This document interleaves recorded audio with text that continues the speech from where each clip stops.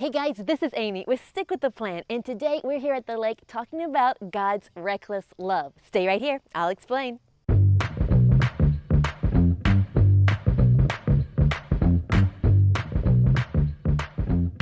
So glad you joined me today. I'm thinking about the reckless love of God. Now, don't get upset about the word reckless. Don't let it upset you or offend you. We're not talking about God or his character or how he sent Jesus. No, we're talking about the characteristic of his love. That the word reckless means that it doesn't care about the consequences. It will just run after you. It's relentless. You know, I heard Corey Asbury talk about how he wrote that worship song, The Reckless Love of God, that he got a revelation on Luke 15 about how that the shepherd, he left the 99 to go after that one, and he rejoiced when he found the one. You know, there's a recklessness to that, a recklessness to the way later on in that chapter about when the prodigal son came home and his father saw him from afar off, and he was moved with great compassion and he ran to meet that son. The son had asked for his inheritance early. He went out, he just, wasted all of his father's money. He got living with the pigs. And, the dad was still looking for him to come home. And when he saw his son, I used to read this story to my kids, and I would say, the dad said, "Shoo-wee, son, take a bath." And they would say, "No, Mom, he didn't say that. He put a ring on him and a robe upon him." They knew. They didn't want me to mess up how the father greeted his son. That was a reckless love. That father did not care about what anybody thought, what the neighbors were going to think, people in the household. It was reckless to restore his son.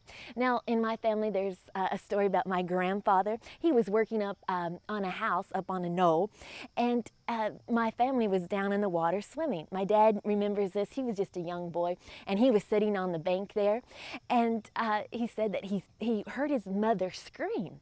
And what had happened was my uncle JP had floated out in an inner tube, and he was trying to get out to the sandbar where they used to play, like a beach. Now, this was on the little sandy river there in the river bend, and the water changed and got very swift, and JP got knocked under. And my grandma screamed, and my grandpa was working up on the house, and he jumped down from the house, and he just took off sprinting down that bank. That he threw out his notebook, and he threw out his pen. My dad said he flipped his watch off, and my dad, as a little guy, maybe 3 years old, looked up and saw his dad. He said he looked like Superman. He just dove from the bank into the water. He had seen his son JP come up once, come up twice, and he said he knew if they come up the third time, you don't get to see him again. So he just recklessly jumped in that water to save his son, and on that third time, he grabbed JP and saved him, brought him up to the bank.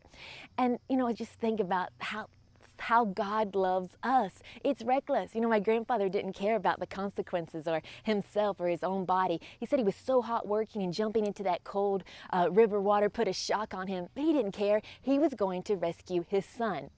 Now, there's another story about my family. My dad had rented a pontoon. I'm about 5 years old. My little brother Matthew's 3. We're sitting on the edge there of that pontoon. We're both fishing. We've got our little rods.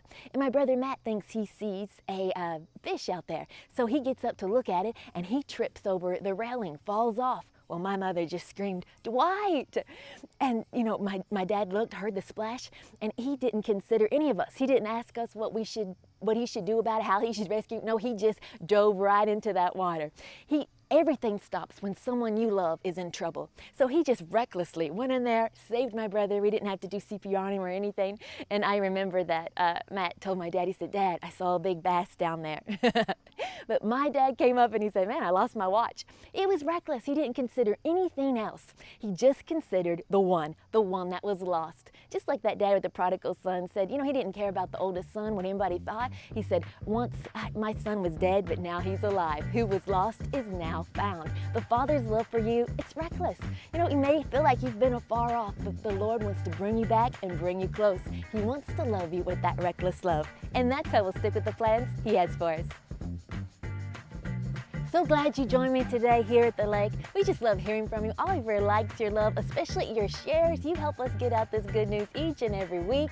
If you're on YouTube, go ahead, subscribe, leave us a comment, give us a thumbs up. If you're on Facebook, like our page, because every week we are bringing you a brand new video to help you stick with the plan.